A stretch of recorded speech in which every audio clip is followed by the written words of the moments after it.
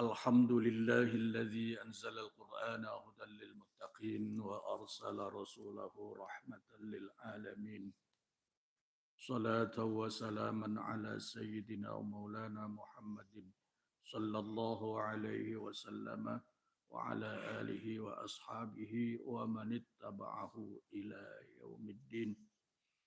اللهم ارزقنا فهم النبيين وحفظ المرسلين وإلهام الملائكة المقربين. Majelis Baitul Mukmin yang saya hormati, yang Allah muliakan, kita lanjutkan menyempurnakan, menambahi kajian kita pekan lalu tentang cabang iman yang ke-40 ya. Jadi saya ingin menyempurnakan penjelasan tentang cabang iman karena berurut 38, 39, 40. Cabang iman yang ke-38 itu adalah al-ikhtiras fil akli wasyurbi anil haram. Menjaga diri dari makan dan minum, mengkonsumsi segala sesuatu yang haram. Yang ke-39 itu adalah al-ikhtiras anil malil haram. Menjaga diri, memproteksi diri dari harta yang haram. Kemudian wasyu'batul arba'un, ya, cabang iman yang ke-40 itu adalah al-ikhtiras anil libasil haram. Menjaga diri dari pakaian yang haram. Nah, pertanyaannya, mengapa Allah mengharamkan banyak hal bagi manusia? Pertanyaannya begitu. Apa pentingnya Allah mengharamkan berbagai hal bagi manusia? Salah satunya mengharamkan makanan-makanan dan minuman. Sehingga cabang iman salah satunya adalah menjaga diri dari makanan yang haram. Tujuannya adalah untuk menjaga kemuliaan manusia. Ya. Jadi Allah mengharamkan berbagai hal untuk manusia, itu adalah untuk kepentingan manusia sendiri, yaitu dalam rangka menjaga kemuliaan manusia. Maka sebaliknya, barang siapa yang terjerumus dirinya dalam perbuatan haram itu melahirkan mungkin mendapatkan harta haram. Kalau mendapatkan harta haram berarti diminum, dimakan juga haram, dipakai juga haram. Itu berarti orang itu akan tidak terjaga kemuliaan dirinya. Nah, orang yang menjaga larangan-larangan Allah, yang menjaga hal-hal yang diharamkan Allah, itu berarti orang yang bertakwa. Nah, itu sebabnya kemudian kesimpulannya, inna akramakum indallahi atqakum. Yang paling mulia di antara kalian adalah orang yang paling bertakwa. Nah, takwa itu salah satu unsurnya menjaga diri dari hal-hal yang dilarang, yang diharamkan Allah. Maka berarti menjaga diri dari larangan-larangan Allah itu adalah dalam rangka tetap menjaga kemuliaan manusia. Kang Rizal coba dibaca. Ya. di surat Al-Isra itu Allah telah menyatakan bahwa Allah itu memuliakan manusia secara keseluruhan tanpa kecuali. Ya. Surat Al-Isra ketemu? Coba dicek di ayat berapa tuh? 70 kalau tidak salah. Walaqad karramna bani Adam. Ya, coba dibaca. A'udzu billahi minasy syaithanir rajim. Bismillahirrahmanirrahim. Walaqad karramna bani Adam wa hamalnahum fil barri wal bahri wa razaqnahum minat thayyibati wa faddalnahum ala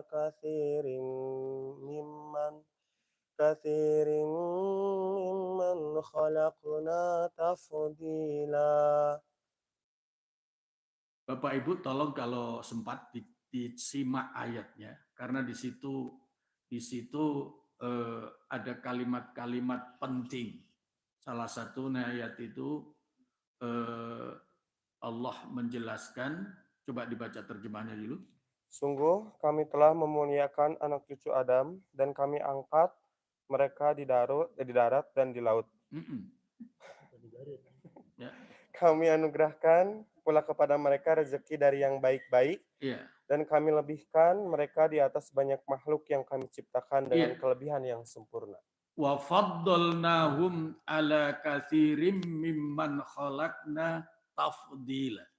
Jadi manusia itu diberikan kemuliaan oleh Allah ya, melebihi makhluk-makhluk yang lain.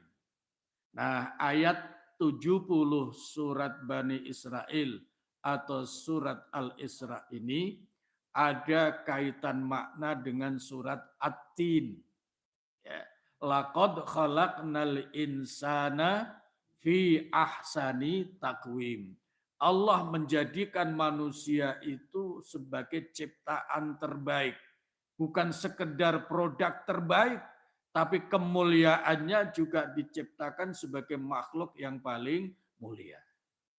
Nah, oleh karena itu, kewajiban manusia di samping bersyukur kepada Allah diciptakan sebagai makhluk yang paling baik dan paling mulia, maka kewajibannya juga menjaga kemuliaan.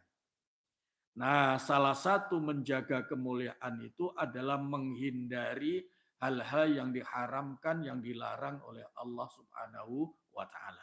Maka menjaga diri dari makanan, minuman yang haram itu bagian dari cabang iman.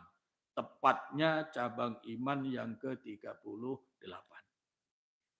Nah, apa akibatnya orang yang suka makan minum yang haram? Ya. Apa akibatnya kalau seseorang tidak menjaga diri dari makanan minuman yang haram? Minimal akibatnya 4. Ya, 4 akibat orang yang tidak menjaga diri dari makanan minuman yang haram. Yang pertama, orang yang makan minumannya tidak halal, artinya haram, termasuk syubhat, itu yang pertama dia akan malas ibadah. Itu akibatnya. Ya, akibat pertama. Akibat yang kedua, kalau sakit dia susah sembuhnya. Lama. Itu akibat makanan minuman yang haram, itu kalau orangnya kemudian sakit, itu sembuhnya bisa lama. Yang ketiga, ini yang tidak kalah bahayanya, doanya tidak diterima oleh Allah Subhanahu wa Ta'ala. Nah, ujungnya apa? Nah, begitu. Kalau orang sudah 3 ini, ibadahnya malas. Kemudian kalau sakit, sembuhnya lama. Lalu doanya tidak diterima. Kalau sudah begitu, kebaikan apa yang bisa diperoleh? Maka yang keempat akibatnya kata Nabi, kullu lahmin nabata minal haram fannaru aula bihi. Sekerat daging manusia yang tumbuh dari makanan minuman yang haram, maka neraka adalah paling tepat baginya. Itu akibat yang paling fatal orang yang tidak menjaga diri dari makanan dan minuman yang haram. Satu, malas ibadah. Ya. Yang kedua, kalau sakit sembuhnya susah dan lama. Yang ketiga, doanya tidak didengar, tidak diterima, tidak dikabulkan oleh Allah Subhanahu wa taala. Dan yang keempat, diancam siksa neraka sesuai hadis Nabi, sekerat daging manusia yang tumbuh dari makanan minuman haram, maka neraka adalah paling tepat baginya. Itu maka al-ikhtiras ya fil akli wasyurbi anil haram, menjaga diri dari makanan minuman yang haram itu cabang dari iman. Yang ke-39, karena ini sifatnya tambahan jadi sekilas saja. Yang ke-39 itu adalah al-ikhtiras anil malil haram, menjaga diri jangan sampai memperoleh harta yang haram. Memperoleh harta yang haram, kalau harta itu diperoleh, apa akibatnya? Kalau dimakan, diminum jelas tadi. Itu menjadi sumber nutrisi yang haram, maka akibatnya tadi. Nah, kalau disedekahkan, ya, kalau disedekahkan Allah tidak berkenan menerima. Nah, ini saya ingin menegaskan supaya tidak terjadi salah paham. Ada sekelompok orang yang punya pemahaman tidak apa-apalah haram-haram sedikit. Lah terus kok haram sedikit nggak apa-apa, bagaimana menyelesaikannya? Loh nanti kan bisa diberikan zakat. Zakat itu kan membersihkan harta. Kan begitu, ini pemahaman umum, betul ya? Zakat itu membersihkan harta. Hanya tolong dicatat baik-baik, difahami yang benar. Yang dimaksud membersihkan harta itu bukan membersihkan harta dari yang diperoleh yang haram, lalu dengan zakat menjadi halal, tidak. Yang haram tetap haram. Yang dimaksud zakat itu membersihkan harta adalah membersihkan dari bahwa dalam harta itu ada hak orang lain. Antara lain fakir, miskin, gharim, dan seterusnya. Begitu. Jadi bukan membersihkan harta yang tadinya diperoleh haram, lalu dengan zakat menjadi bersih. Tidak. Tapi membersihkan harta yang halal, meskipun harta itu halal, tetap di situ ada hak orang lain. Maka harus dibersihkan dengan cara zakat. Nah, orang yang memperoleh harta haram, kemudian dipakai sedekah, kemudian diberikan zakat, itu tidak kemudian menjadi suci, bersih.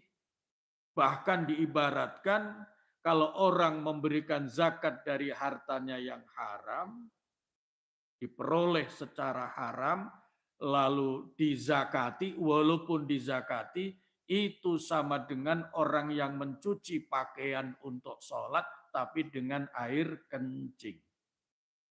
Bisa suci enggak? Tambah kotor. Maka ini saya ingin ulang supaya tidak menjadi salah paham. Bahwa yang dimaksud zakat itu membersihkan harta, itu bukan dari perolehan yang haram. Tapi harta yang halal itu dibersihkan dengan zakat. Dari mana? Untuk apa dibersihkan? Karena di dalam harta yang halal itu pun ada hak orang lain. Ya, ada hak orang lain. Kalau diperoleh dari yang haram, tetap saja walaupun dizakati, jangankan hanya 2,5 100% pun diberikan kepada pihak lain untuk sedekah, Allah tetap tidak mau terima. Itu bahayanya kalau memperoleh harta yang haram. Yang kedua bahayanya kalau harta haram ini kemudian dibawa pulang lalu diberikan keluarga, terutama anak-anak yang masih berkembang, anak-anak yang suci hatinya itu sejak lahir, tiba-tiba diberikan makanan yang haram, harta yang haram oleh orang tuanya, maka anak ini bisa tumbuh mentalnya menjadi tidak baik. Karena apa? Nutrisi yang masuk tidak baik. Nah, ini yang harus mendapatkan perhatian betul. Kalau sekarang kita sudah tidak memberikan rizki kepada anak-anak, karena sudah beralih kepada anaknya masing-masing, artinya sudah anak-anak kita sudah dewasa, bahkan sudah berumah tangga, masih layak untuk dipesankan, nak, hati-hati bekerja. Usahakan untuk mendapatkan rezeki yang halal untuk anak istrimu. Karena apa? Rizkimu yang halal itu punya pengaruh baik kepada anak-anakmu, akan tumbuh menjadi anak yang baik. Tapi kalau kamu pulang membawa rizki haram, itu anak-anakmu bisa tumbuh menjadi anak-anak yang tidak baik. Jadinya apa? Jadinya bisa seperti kita orang dewasa yang makan makanan haram. Diajak ibadah susah, disuruh sholat susah, disuruh disiplin susah, dan seterusnya dan seterusnya. Dan kalau sudah begitu, betapa pusingnya naudzubillah orang tua yang punya anak susah diatur seperti itu. Nah, ini salah satu akibat dari kalau membawa rizki yang tidak halal, rizki yang haram dibawa pulang. Oleh karena itu al-ikhtiraz anil malil haram, menjaga diri dari harta yang haram itu sangat-sangat penting. Ya, itu yang kedua. Ya, yang kedua. Nah, yang ketiga, bahayanya harta haram itu, kalaulah nanti diwariskan, itu tidak akan menjadi barang warisan yang berkah. Itu bahayanya kalau harta itu tidak halal.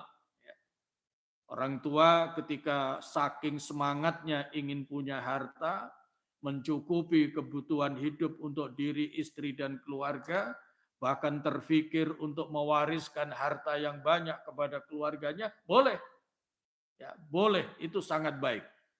Bahkan pesan Al-Quran itu, jangan sampai seseorang itu meninggalkan keluarga yang lemah. Itu ada dalam Al-Quran. Rizal supaya tidak ngantuk. Itu karena Rizal pagi ini punya 3 tugas. Tugas persiapan sholat subuh, tugas operator rekaman, yang ketiga tugas tilawatil Quran. Itu di surah An-Nisa, ini melengkapi. Surah An-Nisa itu ada ayat, kalau tidak salah ayat 9, wal yakhshal ladzina law taraku min khalfihim dzurriyyatan dhi'afa. Ayat 9 ya, coba dibaca.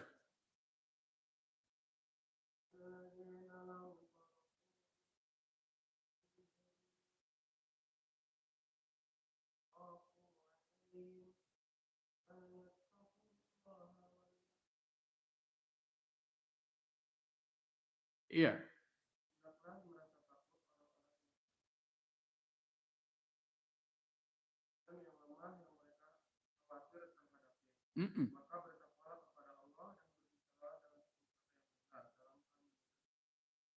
Ya, jadi orang tua itu memang dianjurkan oleh Al-Quran, diserukan, diingatkan, dipesan oleh Al-Quran, jangan sampai kalau mati meninggalkan keturunan yang lemah. Nah, kelemahan itu berbagai hal, lemah iman, na'udzubillah, lemah ilmu, na'udzubillah, lemah ekonomi, lemah fisik, lemah peradaban. Pokoknya setiap orang tua hendaknya punya perhatian penuh, jangan sampai meninggalkan keturunan generasi yang lemah.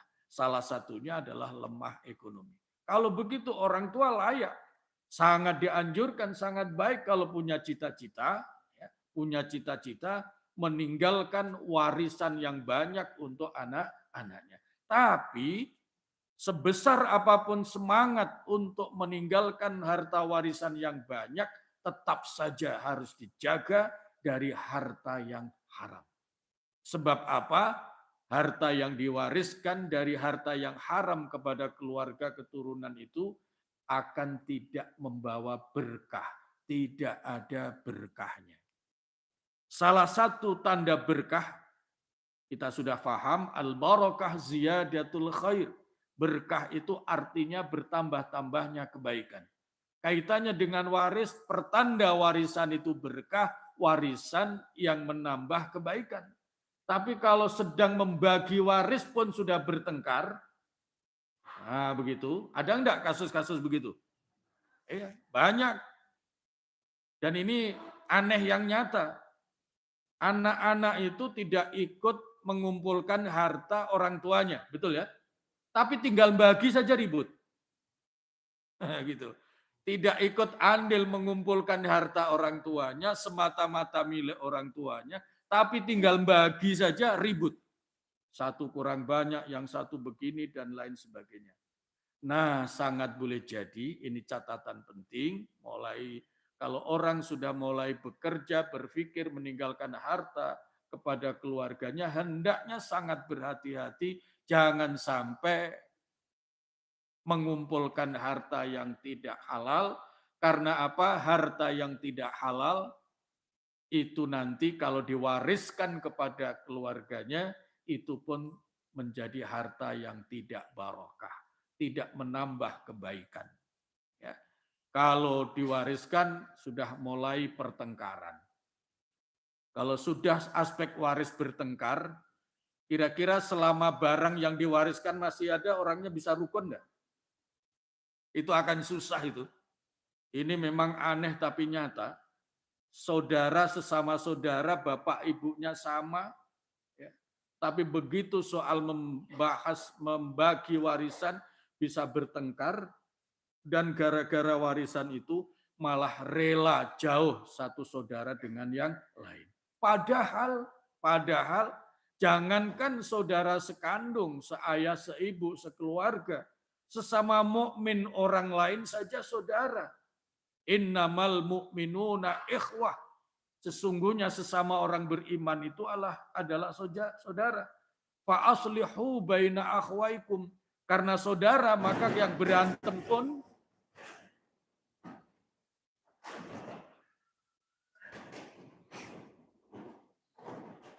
ya, karena kita sedang membahas yang berantem, jadi iya, iya. Jadi ini juga kan tidak ada segala sesuatu itu kebetulan kan begitu. Itu kalau kucing berantem saja kita terganggu. Apalagi kalau manusia berantem mungkin tetangga saudara juga terganggu. Kembali ke laptop, ya, bahwa harta yang tidak halal itu kalau diwariskan menjadi tidak berkah. Tidak berkahnya tandanya salah satunya bisa menimbulkan pertengkaran. Yang kedua, ya, harta yang tidak berkah dari warisan itu kemungkinannya akan segera habis.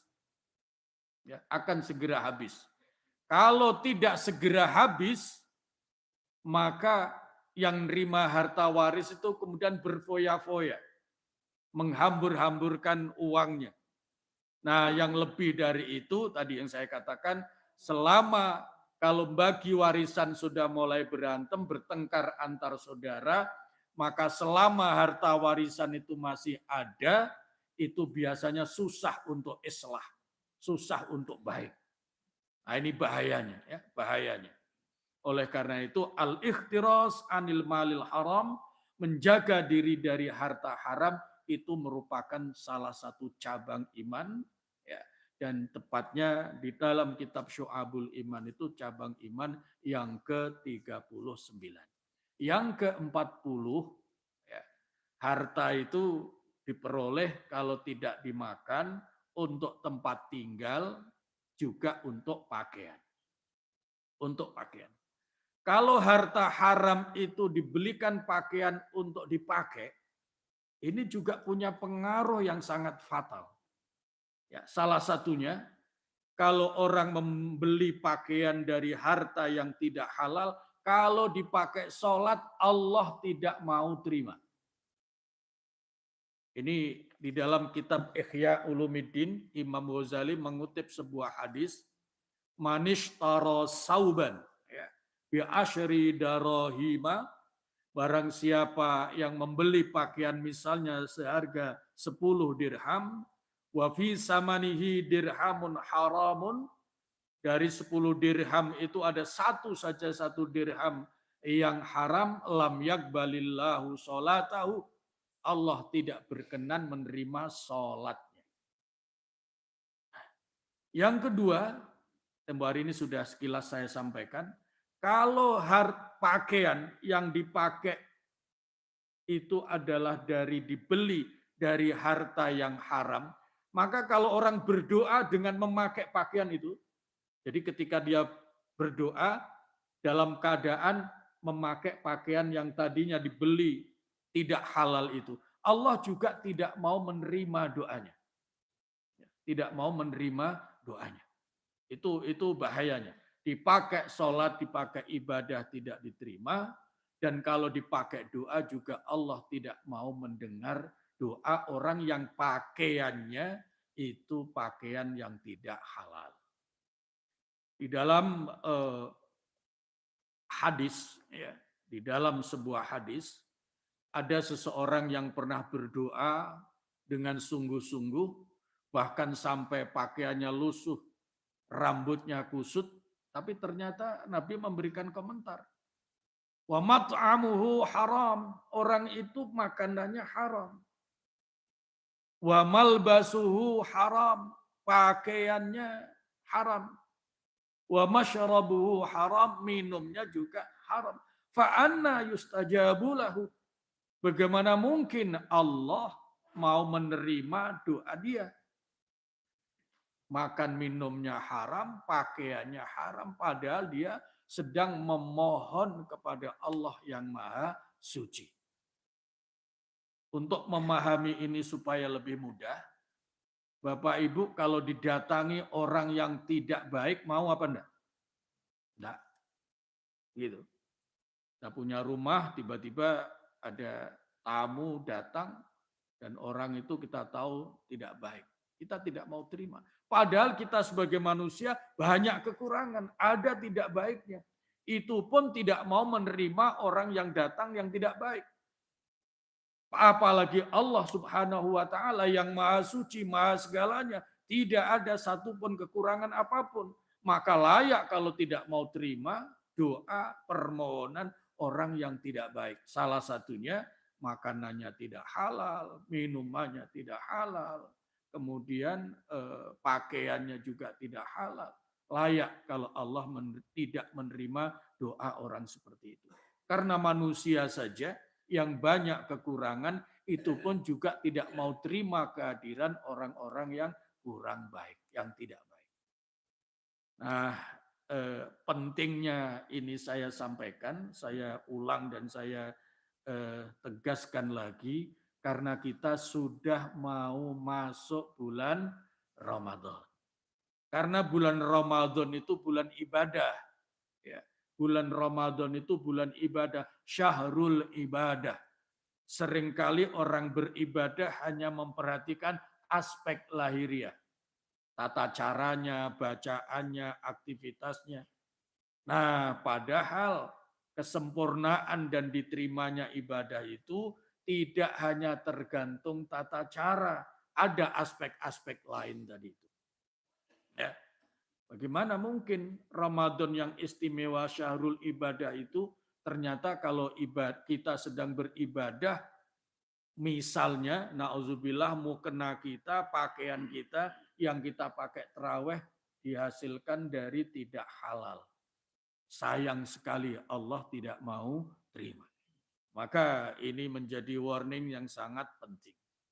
Bagaimana mungkin kita seharian puasa sejak fajar sampai terbenam matahari, tiba-tiba kita tidak perhatikan makanan minuman yang kita gunakan untuk takjil, untuk berbuka.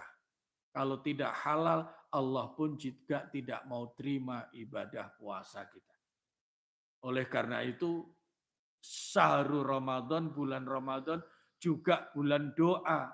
Bagaimana mungkin doa kita makbul termasuk di bulan Ramadan kalau makanan, minuman, pakaian yang kita pakai itu pun juga tidak halal. Oleh karena itu, cabang iman yang ke-38, 39, 40 menjaga diri dari harta haram, makanan, minuman, dan pakaian yang haram, ini jauh lebih penting pada saat kita akan memasuki bulan Ramadan. Sebab apa? Bulan Ramadan adalah bulan ibadah, bulan makbul doa, dan segala macamnya. Sehingga dengan makin menjaga diri, maka yakinlah, optimislah bahwa kualitas ibadah nanti di bulan Ramadan itu semakin tinggi nilai dan kualitasnya. Itu tujuannya. Ya. Ada pertanyaan sampai di sini? Pak Sudar, silakan.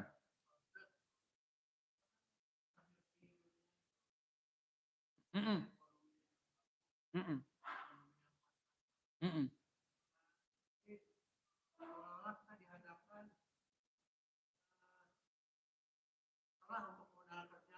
Mm-mm. Mm-mm. Mm-mm. Mm-mm.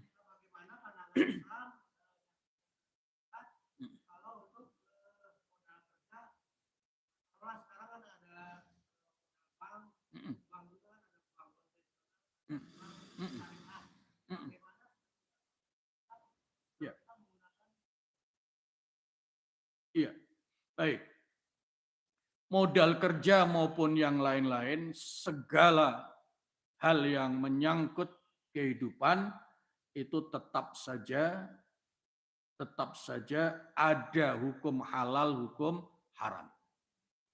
Makanya kalau Pak Sudar di rumah punya, ada Bapak Ibu mungkin pernah dengar kitab buku kecil Al-Arba'in, kumpulan 40 hadis. Walaupun sebenarnya dalam kitab itu ada 42, bukan 40 persis. Ya. Nah, di situ salah satu hadisnya menyatakan al-halalu bayyinun wal haramu bayyinun. Halal haram itu jelas. Wa bainahuma umurun mustabihatun. Di antara halal haram itu ada yang syubhat. Nah, yang syubhat pun juga harus dijauhi karena orang yang jatuh ke dalam syubhat itu bisa jadi terlanjur jatuh kepada hal yang haram. Nah, pertanyaannya, manusia diperintahkan oleh Allah untuk berusaha, ya, untuk berusaha. Sedemikian pentingnya berusaha, termasuk dagang, bisnis, dan lain-lain. Seberapa pentingnya itu sebagai jalan memperoleh rezeki Allah, sampai dalam Al-Quran pun, utamanya ketika hari Jumat, itu di dalam surat Al-Jumu'ah, فَإِذَا قُضِيَتِ الصَّلَاةُ فَانْتَشِرُوا فِي الْأَرْضِ وَابْتَغُوا مِنْ فَضْلِ اللَّهِ وَاذْكُرُوا اللَّهَ كَثِيرًا لَعَلَّكُمْ تُفْلِحُونَ. Coba baca terjemahnya, Rizal. Ayat berapa tuh? 10 apa 9? 11. 9 ya? Apabila apabila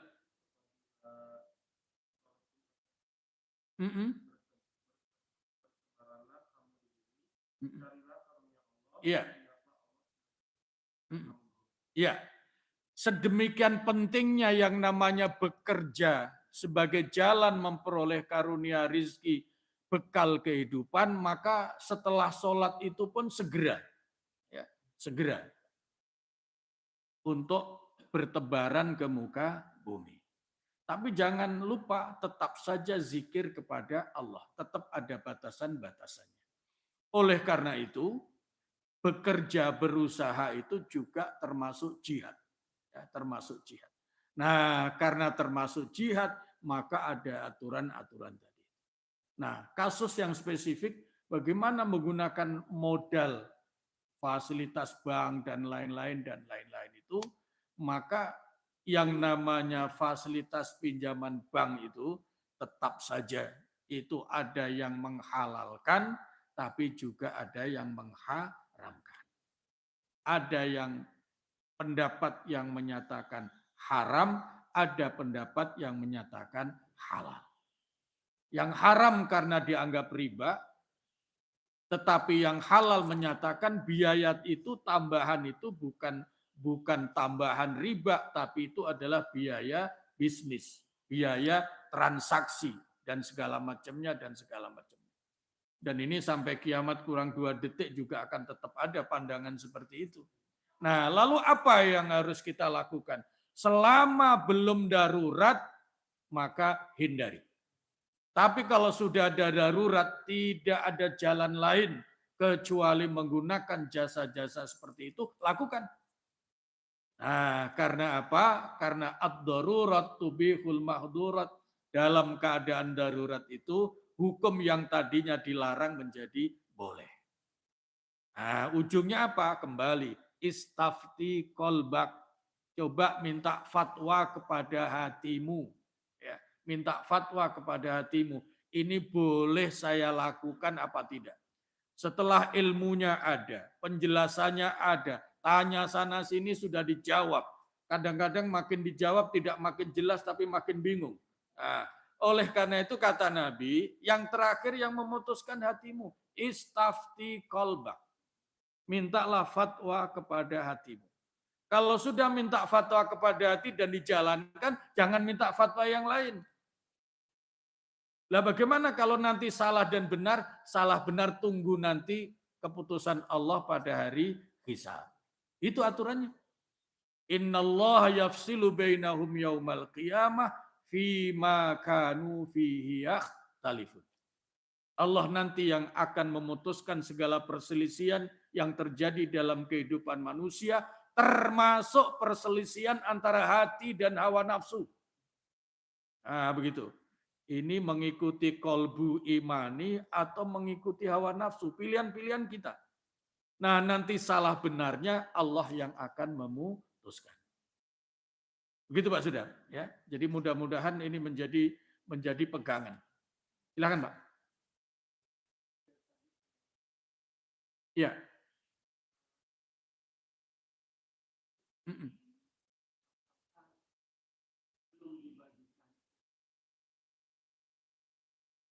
Iya.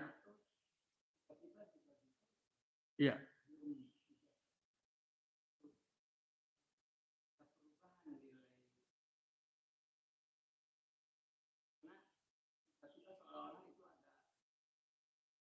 Iya. Iya. Baik. Ini pertanyaan bagus. Kalau ada sejumlah anak plus istri atau plus suami, ya. Kenapa plus istri per suami? Karena yang meninggal dulu kan bisa suami, bisa istri, warisnya berarti suami dan juga anak-anak atau istri. Nah, kalau ada para ahli waris akan menerima warisan, pertanyaan yang pertama, apakah ini dikeluarkan zakatnya dulu atau dibagi dulu? Itu ya kasus pertamanya ya. Itu boleh memilih salah satu, tapi dengan catatan kesepakatan antar ahli waris. Ya. Mungkin seorang ibu, nah ini bapakmu telah dipanggil Allah. Alhamdulillah meninggalkan harta yang lumayan. Ya, harta yang lumayan. Oleh karena itu ini adalah harta warisan. Nah, mari kita sepakati, ini mau kita keluarkan zakatnya dulu secara keseluruhan, supaya nanti kemudian kalau sudah dibagi tidak perlu lagi dikeluarkan zakat fitrahnya, zakat malnya, atau kita sepakat bagi dengan catatan, nah gitu. Nanti kalau sudah terima masing-masing, kewajiban masing-masing untuk mengeluarkan zakatnya. Nah, kalau sepakat, ya sepakat. Baik, kalau gitu kita keluarkan zakat dulu supaya nanti tinggal kita bagi. Yang dibagi ini sudah bersih. Nah, begitu ya. Harta warisan yang dibagi ini sudah bersih. Berbeda lagi kalau eh, orang yang kaya akan wafat, ya, akan wafat. Kemudian menjelang wafat atau pada tahun itu, harta ini semuanya sudah dizakati pada tahun itu. Paham ya? Pada tahun itu. Katakanlah zakatnya dikeluarkan pada bulan Januari. Tiba-tiba bulan Maret itu wafat misalnya. Ini artinya hartanya sudah dalam keadaan harta yang sudah dizakati. Paham Pak sampai sini? Nah, ini nanti kalau dibagi waris tidak perlu lagi itu zakat kecuali nanti sudah 1 tahun. Paham sampai sini ya? Jadi kalau sudah dizakati, maka ahli waris tidak perlu mengambil kesepakatan untuk bayar zakat. Karena zakat harta yang dibagi ini sudah dizakati oleh bapaknya. Siapa yang wajib mengeluarkan zakat? Adalah yang punya. Harta warisan ini semula adalah miliknya orang tua. Kalau orang tua sudah mengeluarkan zakat, nah kalau nanti dibagi waris, itu pada tahun itu tidak perlu zakat lagi. Karena zakat itu 1 tahun sekali. Nah, beda lagi nanti kalau sudah berbeda tahun, baru itu wajib mengeluarkan zakat. Itu satu. Yang kedua, kalau sepakat ya sudah, kalau ini belum dibagi, kalau belum dizakati, jadi harta warisan belum dizakati oleh yang meninggalkan harta, maka kalau ini tidak sepakat dizakati secara keseluruhan, sudahlah kita bagi saja secara waris. Nah, nanti tanggung jawab kewajiban masing-masing memberikan zakat pada saat sudah dibagi. Itu pun boleh. Nah, maka hartanya dibagi, dapat 1/8, dapat setengah, dapat 2/3, dan segala macamnya, gelondongannya berapa ratus miliar begitu masing-masing. Alhamdulillah. Nah, nanti setelah dibagi, gitu ya, setelah dibagi, nah, mudah-mudahan tidak muncul bakhil pelit. Wah ini sayang ini kalau, nah segala macamnya. Baru kewajiban zakat. Nah, kewajiban zakatnya kapan? Tetap saja itu syarat setahun, Mbak. Jadi tidak langsung syarat setahun. Kalau harta sudah dimiliki dalam 1 tahun, barulah nanti keluar zakat. Zakatnya tetap 2,5%. Paham ya? Itu mudah-mudahan kita semua menjadi orang yang diberikan harta yang banyak oleh Allah Subhanahu wa taala sehingga mampu meninggalkan warisan kepada putra-putri, warisan yang halal, barokah, dan banyak. Amin, Allahumma amin. Ada lagi? Silakan Bu. Oh sebentar. Ya. Iya, sama. Zakat harta itu nilainya sama.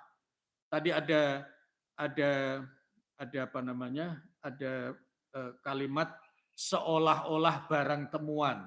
Memang zakatnya ketentuannya beda. Tetapi zakat mal itu secara keseluruhan 2,5%. Itu cukup. Gitu Pak ya?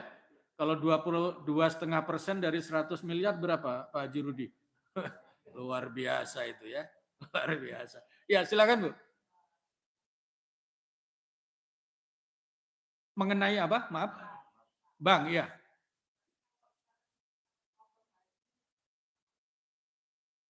Iya.